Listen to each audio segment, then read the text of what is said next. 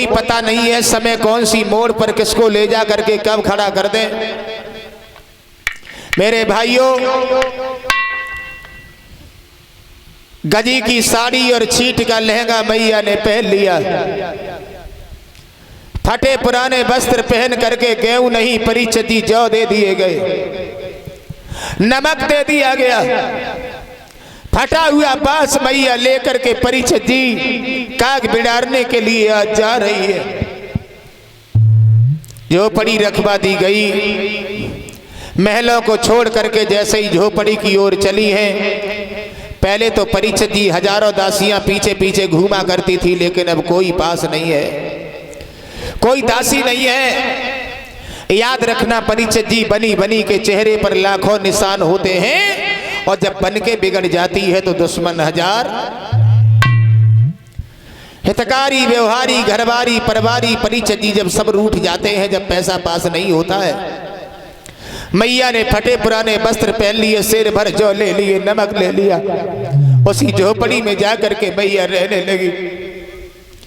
बैठ जाती हैं परिचित जी, भूख लगती है तो जौ की रोटी नमक रख करके ग्रहण करने को चलती है तो आंखों में आंसू आ जाते। मैंने कभी भी अपने पति को भोजन कराए बिना पहले भोजन नहीं किया था। आज ये दुखिया स्वयं पहले भोजन कर रही है।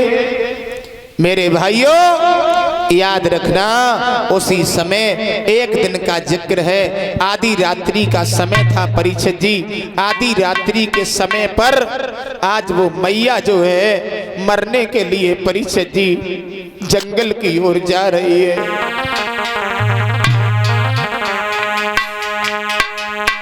आधी रात के समय वो दुखिया मरबे कोरे दाई,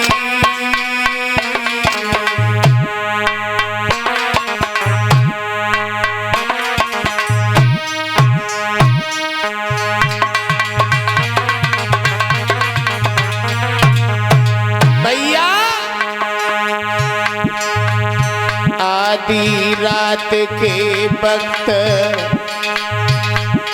वो दुखिया मरबे कोरे दाई,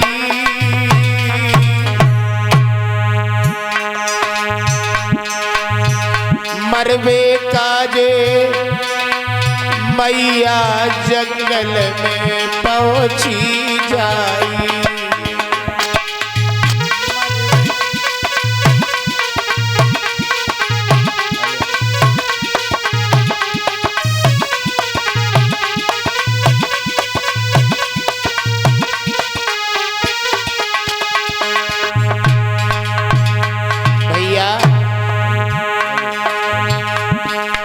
अरे लिखो जो विधना ने लिखो,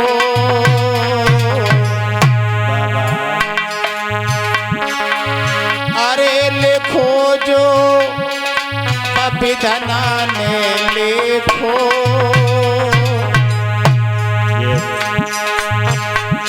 चाहे कितने करो उपाय नाय मिटवैया मैंने देखो, चाहे कितने करो उपाय नाय मिटवैया मैंने देखो, कितने करो उपाय नाय मिटवैया।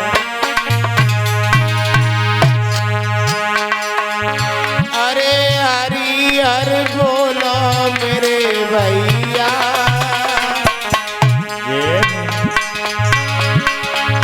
अरे हरि हर बोलो मेरे भैया, लेवे को हरि नाम नावे को गंगे मैया, लेवे को हरि नाम नावे को गंगे मैया।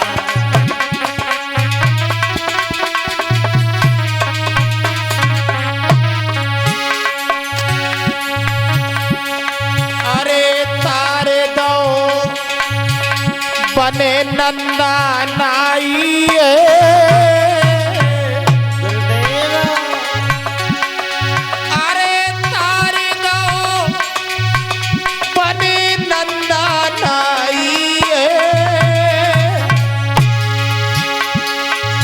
ध्रुव तारे प्रहलाद तारी दई मीरा बाई है। ध्रुव तारे प्रहलाद तारी दई मीरा बाई है भैया। ध्रुव तारे प्रहलाद तारी दई मीरा बाई है। अरे ध्रुव तारे प्रहलाद तारी दई मीरा बाई है। ध्रुव तारे प्रहलाद तारी दई मीरा बाई है भैया। ध्रुव तारे प्रहलाद तारी दई।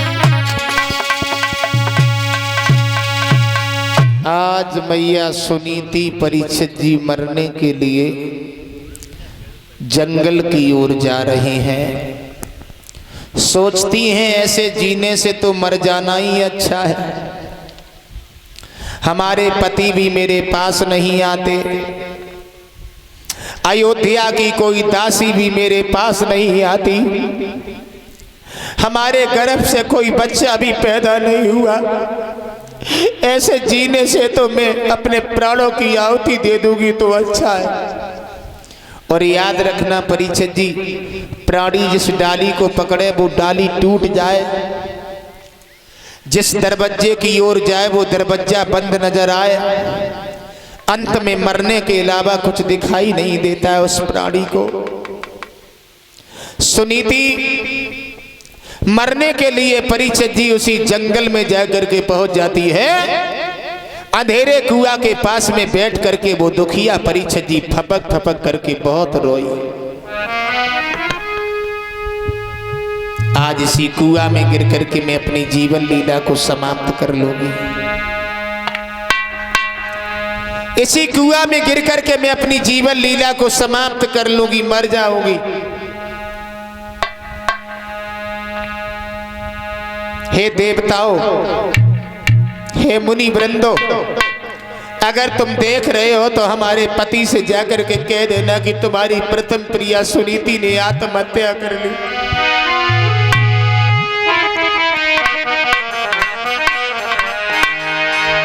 परीक्षित जी जैसे इस कुआं में सुनीति मैया गिरने को चली, वैसे ही देव ऋषि नारद का पदार्पण हो गया। देव ऋषि नारद बाबा प्रकट हो गए। ठहरो!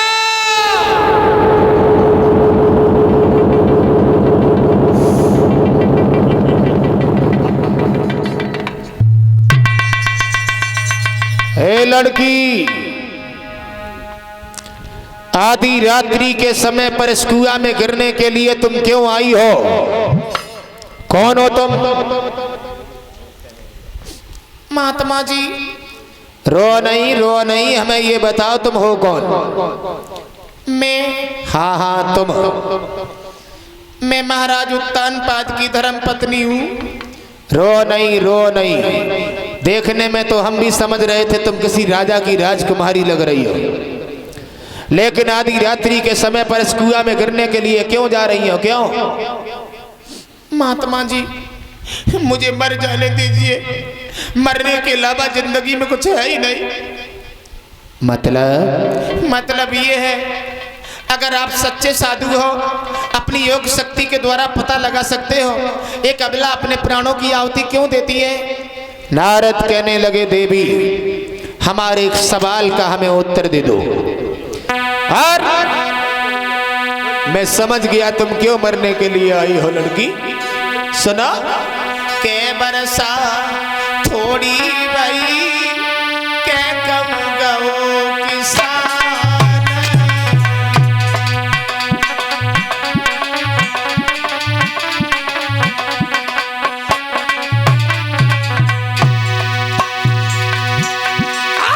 के बरसा थोड़ी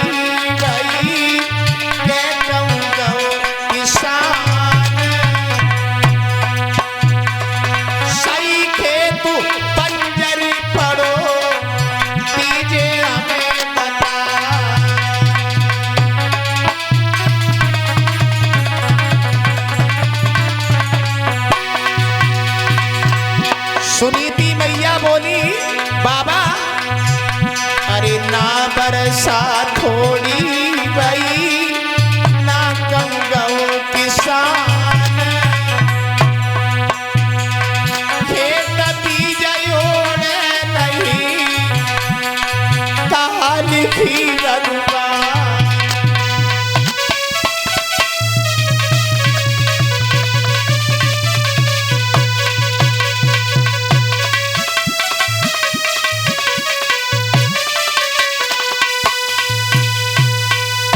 सुनीति मैया ने हाथ जोड़े, महात्मा जी पता लगता है आप बड़े सच्चे साधु हो।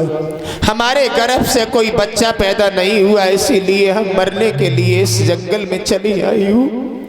ऐसे जीने से तो मर जाना अच्छा है। लोग हमें बाजनी कहते थे, मेरे पति को निर्वंशिया कहते थे, इसीलिए मैं मरने को चली आई।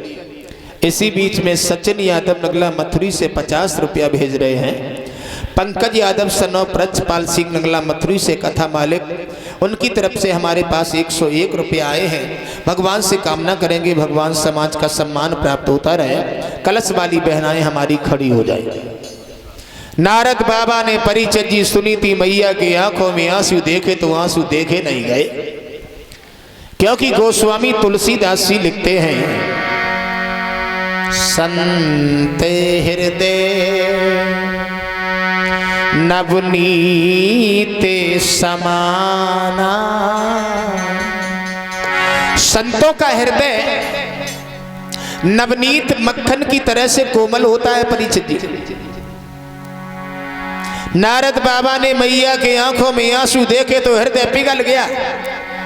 झोली में हाथ डाला और हाथ डाल करके एक फल निकाला और फल को निकाल करके सुनीति को वो फल दिया। लो क्या होगा बाबा, ये फल खा लेना, फल खाने से बहुत सुंदर सा एक लड़का पैदा हो जाएगा। देवी अरे तेरी गोदी में खिलौना एक आया जाएगा, घर लौट जाइयो गोदी में।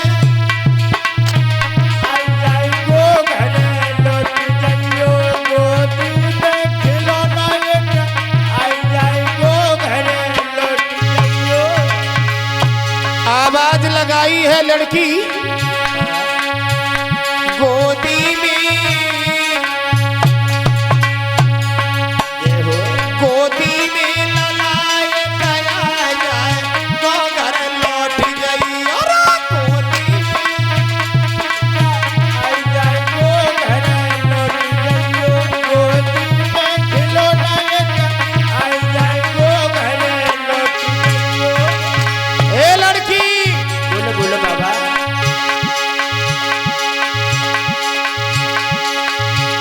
अरे मोर बचन चाहे पड़ जाए फीका। अच्छा लड़की बोलो बाबा जी। मोर बचन चाहे पड़ जाए फीका,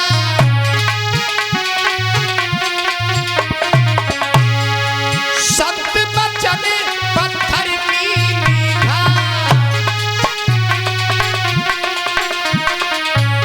ए लड़की तेरो सूखो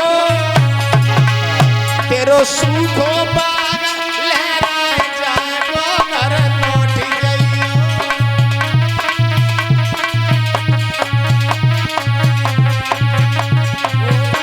खिलौना एक आई जाएगो घर लौट जाइयो।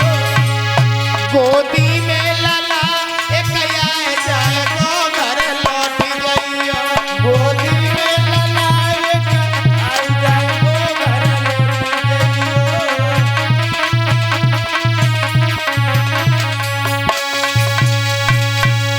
आवाज लगाई है लड़की, ये फल खा लेना और फल को खाने से तुम्हारे गर्भ से बहुत सुंदर सा लड़का पैदा हो जाएगा।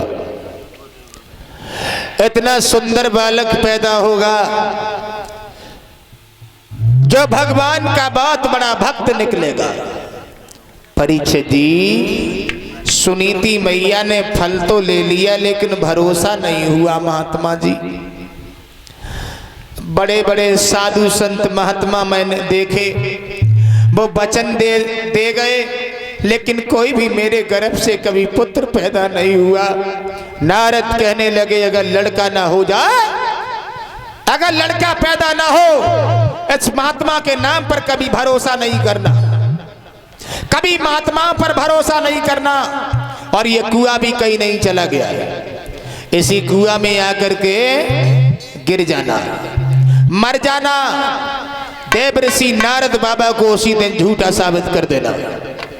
परीक्षित जी, नतीजा ये हुआ, मैया ने उस फल को लिया और फल को लेकर के अरे मन में हुई की मगन रानी लौट जो पड़ी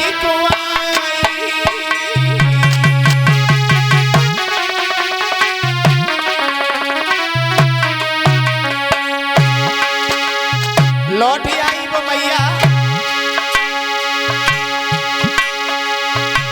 मन में हुई कि मगन वो रानी लौट जो बड़ी आई।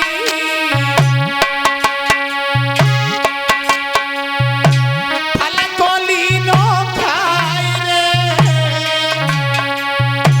फल को लीनो खाए मैया रही है खुशी मनाई।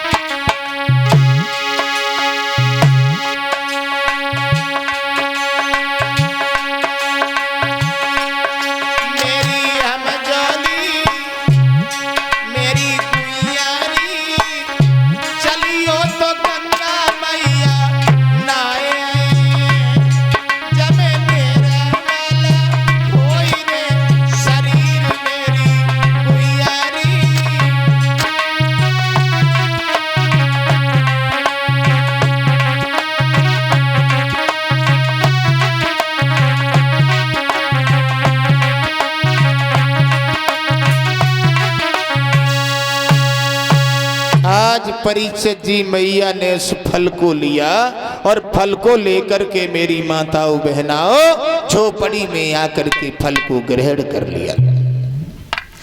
उसी दिन से मैया ये सोचने लगी, भगवत श्रोताओं, कब हमारे गर्भ से कोई पुत्र पैदा होगा, कब हमारे महाराज हमारे पास में आएंगे, हमें बहुत मानेंगे, हमारा बड़ा सम्मान करेंगे।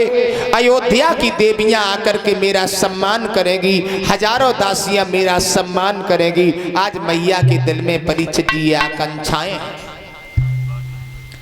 इधर तो मैया झोपड़ी में परीक्षित जी रह रही हैं।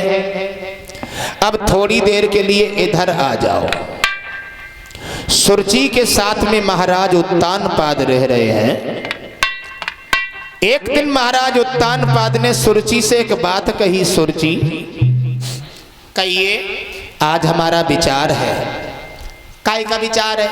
जंगल में शिकार खेलने को जाना चाहते हैं। सुरची बोली कहीं नहीं जाओगे तुम? क्यों नहीं जाएगी? दरवाजे से दरबार से जब चले जाते हो तब ये घर ये परिवार सब शमशान सा दिखाई देने लगता है। उत्तानपाद कहने लगे देखो हम जा रहे हैं, लौट करके जल्दी आ जाएंगे। परीक्षित जी उसी समय आज महाराज उत्तानपाद घोड़े पर सवार होते हैं और घोड़े पर सवार होकर के परीक्षित जी अरे दीनी घोड़ा में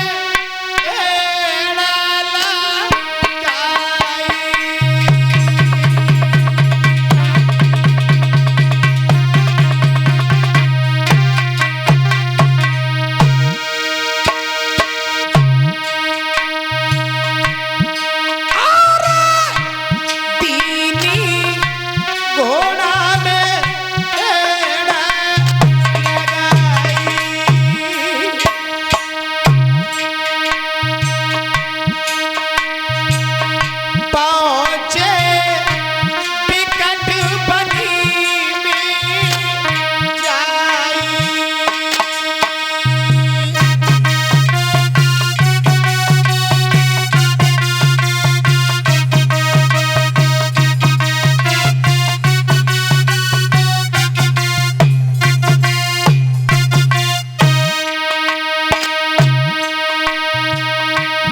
महाराज उत्तानपाद जंगल में जाकर के पहुंच जाते हैं भक्तों। गए तो थे शिकार खेलने के लिए। वाह भाई वाह, एक काला हिरन मिल गया महाराज को।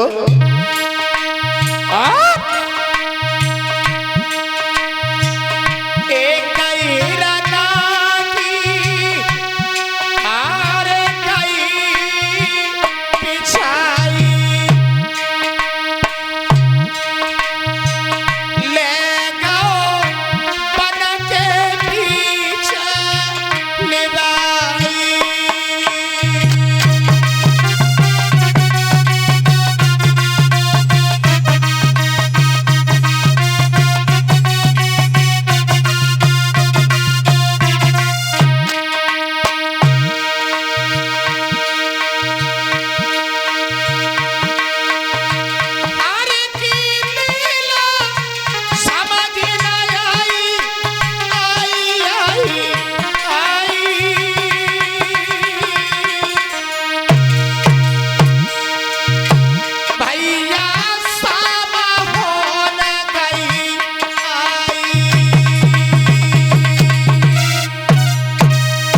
परीक्षित जी, महाराज उत्तानपाद एक हिरन का पीछा करते हैं।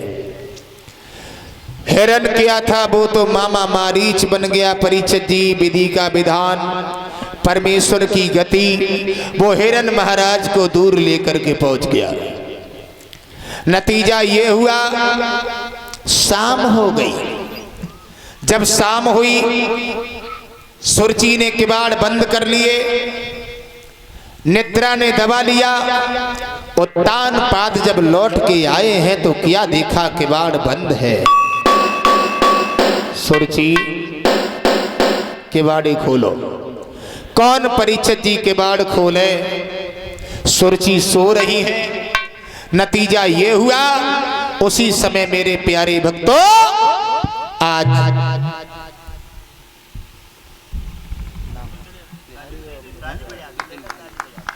नितिन भाई की तरफ से ये दिल्ली पुलिस से जो शॉल पहना करके सभी कलाकारों का सम्मान कर रहे हैं, और